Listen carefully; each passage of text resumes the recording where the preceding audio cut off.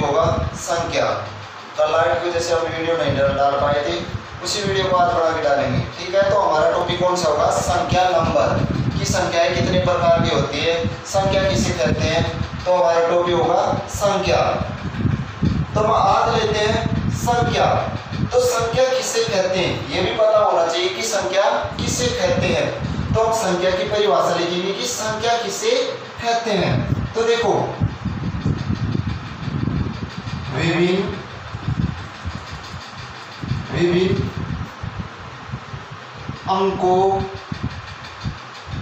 अंकों से इकाई, दहाई, सैकड़ा,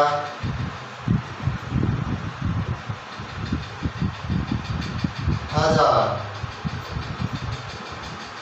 डॉट के स्थान पर रखने से जो पद प्राप्त होता है संख्या कहलाती है। संख्या कहलाती है। देखो दोस्तों, संख्या किसे कहते हैं? विभिन्न अंकों से इकाई, दहाई, सैकड़ा, हजार, डॉट के स्थान पर रखने से जो पद प्राप्त होता है वह संख्या कहलाता है। ऐसे लिख सकते हो, होता है वह संख्या कहलाती है। तो इसको मिटा दे। तो आपको हमने बताया कि संख्या किसे कहते हैं। तो संख्या की परिभाषा बताया आपको कि विभिन्न अंकों से इकाई, दहाई, सैकड़ों, हजार के स्थान को, जैसे हम कोई भी संख्या रखे दे सकते हैं, जैसे 1225। तो इकाई, दहाई, सैकड़ों, हजार, ये संख्या बन गई। कितनी भी बड़ी संख्या बना सकते हो तो ये संख्या कहलाती है। डॉट का मतलब है कि कितनी भी बड़ी संख्या बना सकते हो। तो अब देखो, संख्याओं के प्रकार हम लिख दे यहां,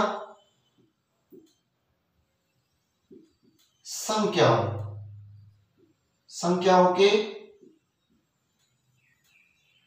प्रकार। इसमें हम बताएंगे कि संख्या कितने प्रकार की होती है, कितने प्रकार की नहीं होती है।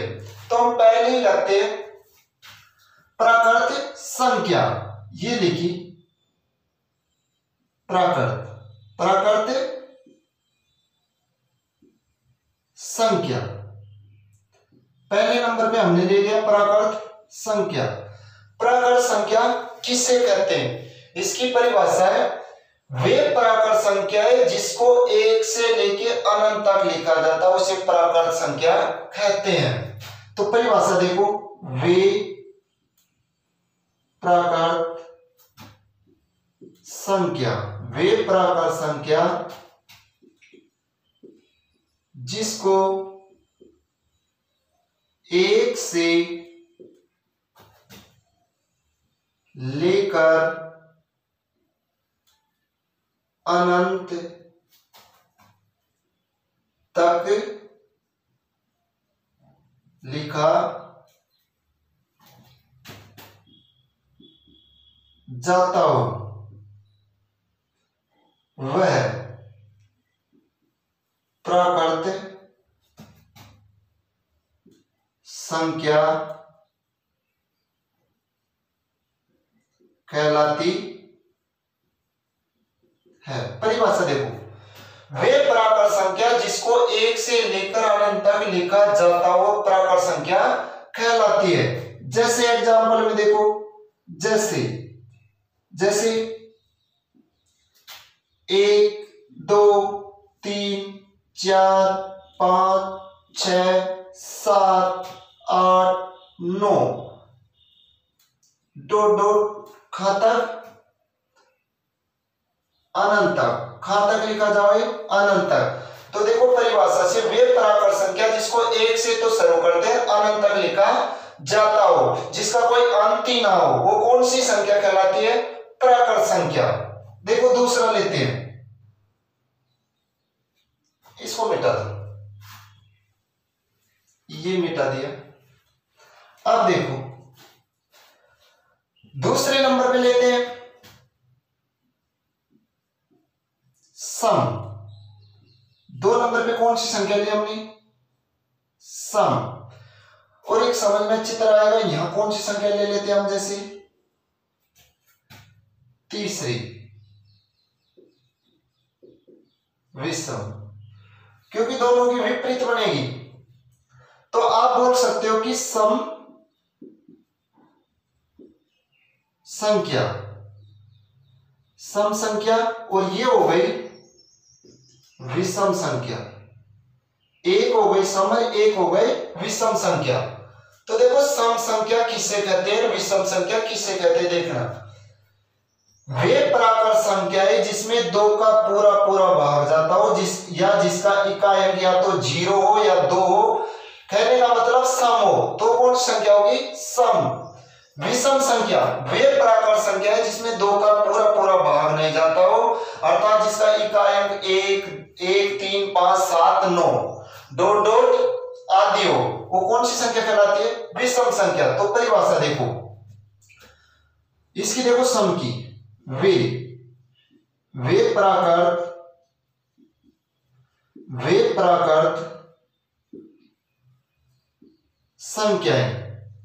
प्राकृत संख्याएं जिसमें 2 का पूरा भाग जाता हो या इकाई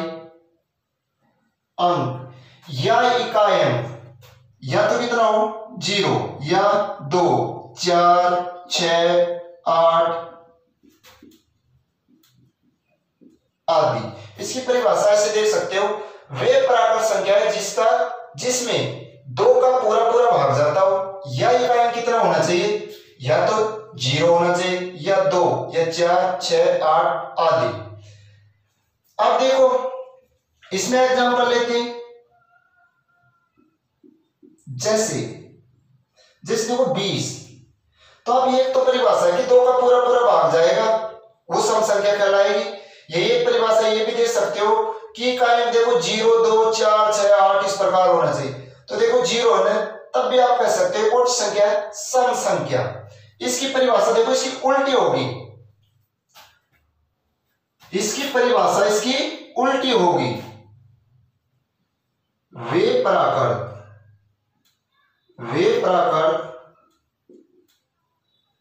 संख्याएं जिसमें 2 का पूरा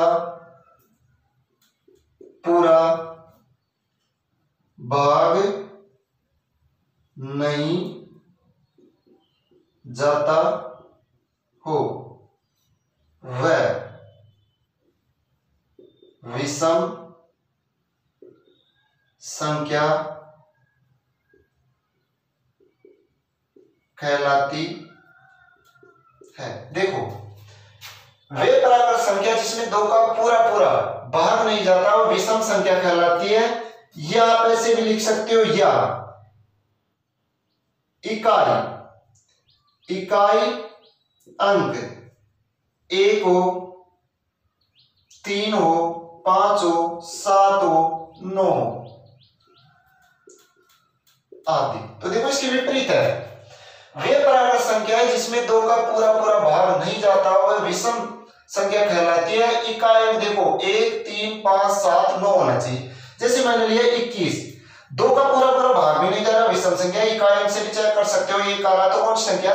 विषम संख्या। तो दोस्तों जरूर समझ में आया होगा ये आपके। आगे चलते हैं, देखो स्क्रीनशॉट लेना चाहते हो तो ले सकते हो। देखो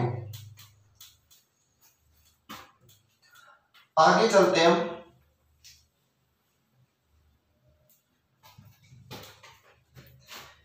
यहां 4 नंबर और यहां 5 नंबर। देखो 4 नंबर भाज्य संख्या, ये होगी भाज्य संख्या, और इसकी विपरीत कौन सी हो गई? अभाज्य संख्या।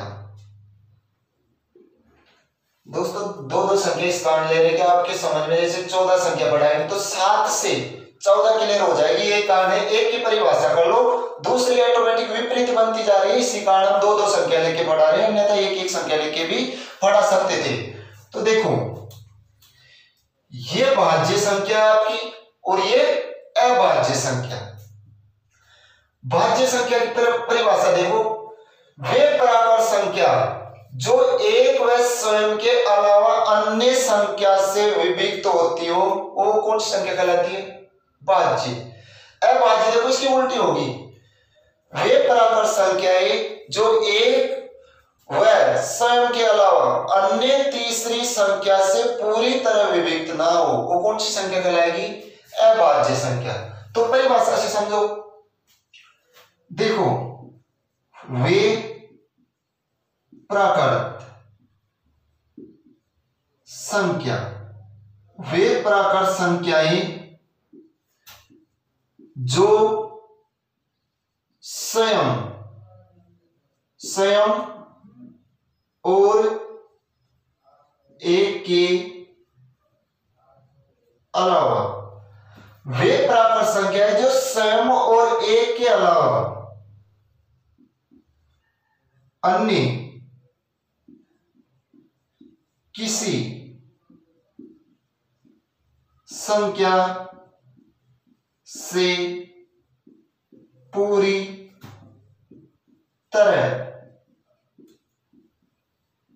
विभक्त हो, वह भाज्य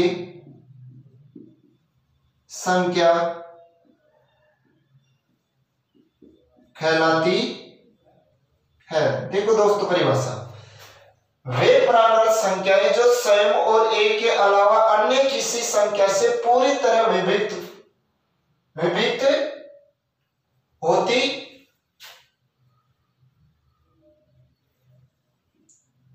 होती हो, वह भाज्य संख्या कहलाती है।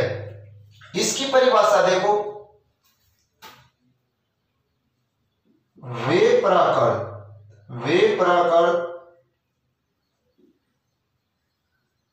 संख्याएं, वे प्राकृत संख्याएं जो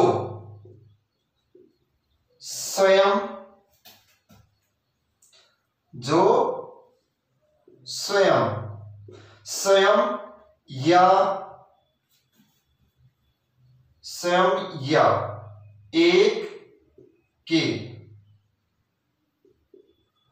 अलावा, वे प्राकृत संख्याएं जो स्वयं या एक के अलावा अन्य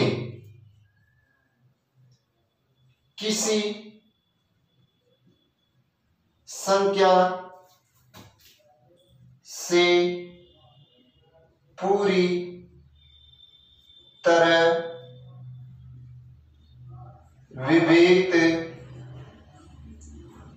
होती हो, तो वह अभाज्य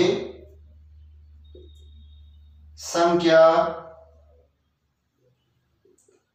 कहलाती है। देखो इसकी विपरीत है दोस्त, वे प्राकृत संख्याएं जो स्वयं या एक के अलावा अन्य किसी संख्या से पूरी तरह विभक्त होती हो, तो वह अभाज्य संख्या कहलाती है। तो देखो एग्जांपल लेते हैं इसका भी, जैसे, और इसका भी ले लो, जैसे समझ में आ जाएगा।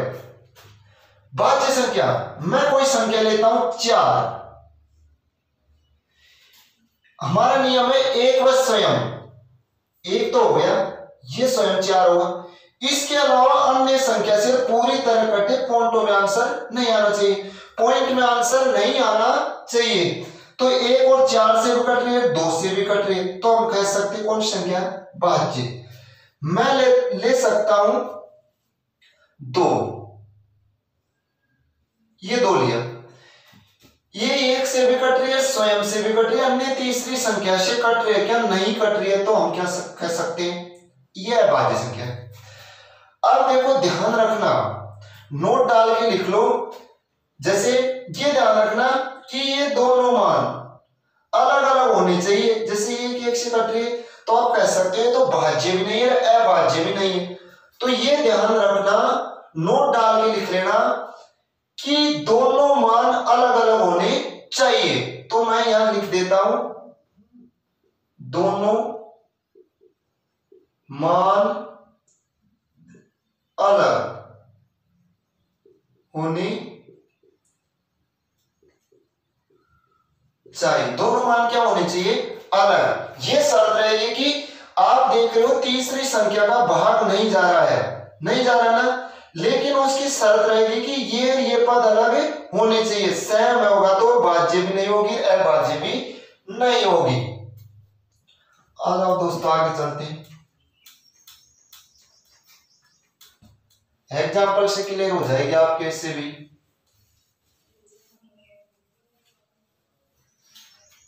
जैसे मैं ले लेता हूं यहां 6 नंबर और ये 7 नंबर, सही है ना। तो देखो 6 नंबर और 7 नंबर, तो मैं लिख सकता हूं यहां तो ये तो वर्ग संख्या होती है, वर्ग संख्या, और एक होती है घन संख्या। टेंशन मत लो दोस्तों, प्यार से समझाएंगे, पूरी तरह समझाएंगे, एक एक चीज खोल के समझाएंगे। और कोई चीज फिर भी समझ में ना आए तो कमेंट जरूर करना। देखो ये तो हो गई वर्ग संख्या, ये हो गई घन संख्या। इसकी परिभाषा देखो, इसकी सीधी सी परिभाषा है, इसकी लिखने की कोई जरूरत नहीं है, इसकी ऐसे तो वे प्राकृत संख्याएं जिनको ऐसे दे सकते हो कि किसी भी संख्या को 2 बार गुणा करेंगे तो क्या निकल के आएगी, वर्ग संख्या। तो आप कह सकते हो कि किसी भी संख्या को 2 बार गुणा करेंगे तो वो संख्या कौन सी कहलाएगी, वर्ग संख्या। इसका दे सकते हो घन का कि किसी भी संख्या को 3 बार गुणा करोगे तो वो कौन सी संख्या होगी, घन संख्या। तो देखो साधारण परिभाषा रख लो आप, तो संख्या इंटू संख्या बराबर वर्ग, वर्ग संख्या निकल के आएगी। तो वर्ग संख्या, संख्या इंटू संख्या करोगे तो कौन सी संख्या निकल के आएगी, वर्ग संख्या। यहां देखो दोस्तों, संख्या इंटू संख्या इंटू संख्या, किसी भी संख्या को 3 बार गुणा करोगे तो कौन सी संख्या होगी, घन संख्या। तो ये कौन सी निकल के आएगी, बराबर में घन संख्या। दोस्तों सीधा सा मेथड है कि किसी भी संख्या को वर्ग करोगे तो वर्ग संख्या निकल के आएगी, किसी भी संख्या को 3 बार गुणा करोगे तो घन संख्या निकल के आएगी। देखो मैं किसी भी संख्या को, जैसे 2 इंटू 2, तो ये वर्ग ही तो है ना, 2 का वर्ग ऐसे लिख सकते हो, 2 की पावर 2, वर्ग ही तो है ना। मैं किसी को लिख सकता हूं, जैसे एग्जांपल से समझाइए वैसे, जैसे मैं लिख सकता हूं 3 इंटू 3 इंटू 3, या बोल सकते हो 3 की पावर 3, तो कौन सी संख्या निकल के आएगी, घन। तो कितना आएगा, 27। तो ऐसे समझ सकते हो। आगे आओ,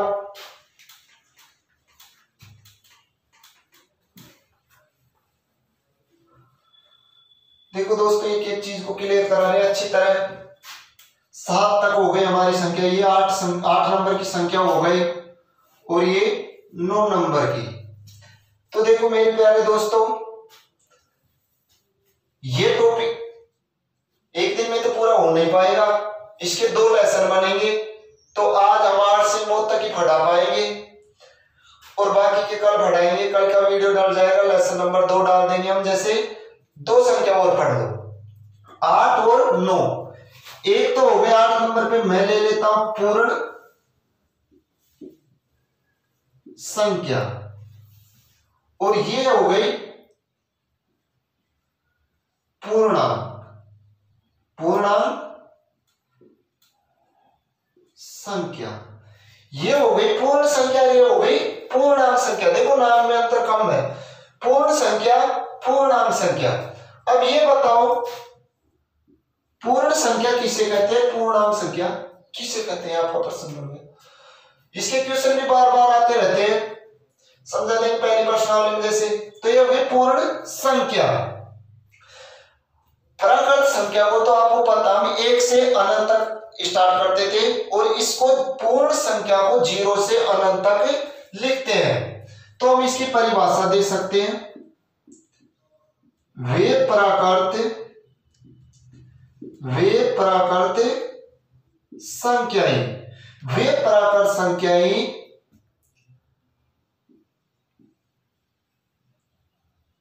जिनको, यह कर लो इसके, जिनकी शुरुआत 0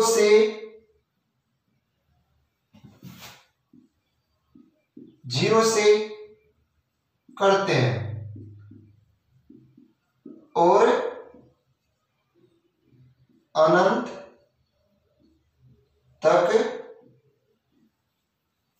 लिखते रहते हैं। दोस्तों, वे प्राकृत संख्या जिनकी शुरुआत 0 से करते हैं और अनंत तक लिखते रहते हैं, कि जिसका मान ही ना हो, जिसका कोई ओड ही ना हो, जिसका अंत ना हो। जैसे 0, 1, 2, 3, 4, 5, 6, 7, 8, 9 डॉट डॉट अनंत। देखो प्यारे दोस्तों, वे प्राकृत संख्या जिनकी शुरुआत 0 से करते हैं अनंत तक लिखते हैं। तो आप कह सकते हो कि प्राकृत संख्या की स्टार्ट 1 से होती थी और पूर्ण संख्या की 0 से, और कहां तक लिखोगे, अनंत तक। तो पूर्ण संख्या, तो इससे संबंधित क्वेश्चन भी बनते हैं, आपको पहली प्रश्नावली में बता देंगे। पहले आप संख्या को पूरी तरह रट लो। अब देखो पूर्णांक संख्या, कौन सी संख्या, पूर्णांक संख्या। इसकी परिभाषा देखो, वे पूर्ण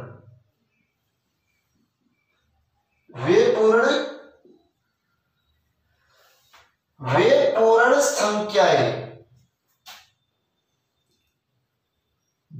वे पूर्ण संख्याएं जिनको एक बार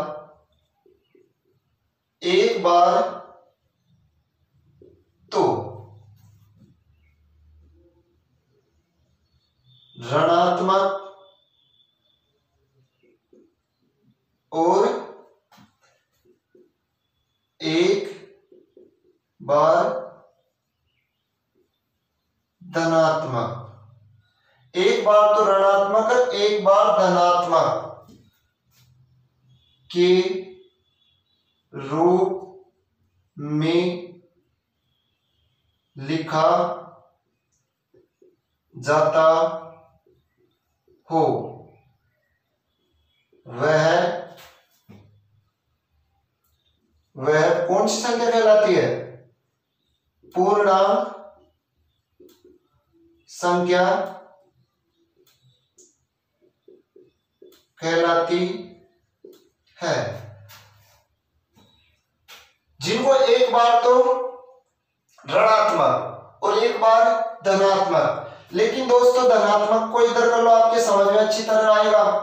तो मैं कर देता हूं, यहां कैसे भी लिख सकते हो ऐसे, तो धनात्मक और एक बार ऋणात्मक। तो दोस्तों देखो, इससे कोई फर्क नहीं पड़ेगा या तो आप धनात्मक कर दो या ऋणात्मक कर दो। इस बात का ध्यान रखना, बहुत से बहुत बोलते हैं कि ये ऐसे फर्क पड़ेगा, तो किस प्रकार में लिख सकते हो, मैं इसको उल्टा कर दूंगा, आपको तो यहां ध्यान रखना है कि प्लस किधर चल रहा है और माइनस किधर चल सकता है। तो हमने क्या लिखा था पहले, ऋणात्मक, क्या लिखा था, ऋणात्मक, और यहां क्या लिखा था, धनात्मक। तो इससे कोई फर्क नहीं पड़ेगा। जैसे जैसे